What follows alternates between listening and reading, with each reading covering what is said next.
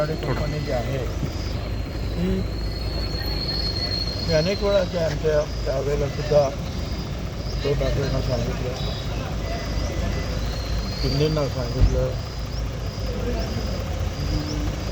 नंतर आता तुमच्या फडणवीसांना सांगितलं, उद्धव ठाकरेंपासून फडणवीसांना सगळ्यांना सांगितलं. यांच्यामध्ये एक इकडे असतो, एक इकडे असतो, एक सत्तेत, एक सत्तेच्या बाहेर. आणि ज्यावेळेला सत्तेच्या बाहेर राहून सुद्धा आता काहीच होत नाही, त्यावेळेला सगळे सत्तेत, तर हे उड्या मारण्याचं काम त्यांचं चालू आहे.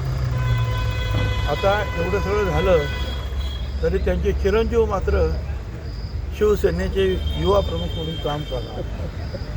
सगळीकडे हात ठेवण्याचं काम चालतं.